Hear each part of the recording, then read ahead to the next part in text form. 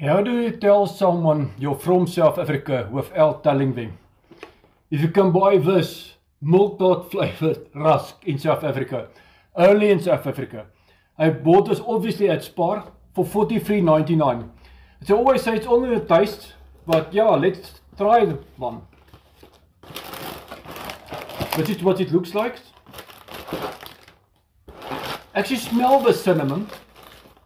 So yeah guys, you have to dip it in coffee. I don't know how people can eat it without that. So dip it in coffee and then you can decide.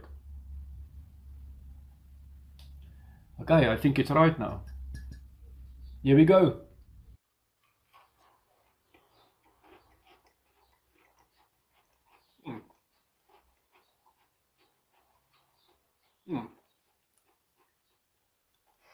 Can definitely taste the cinnamon.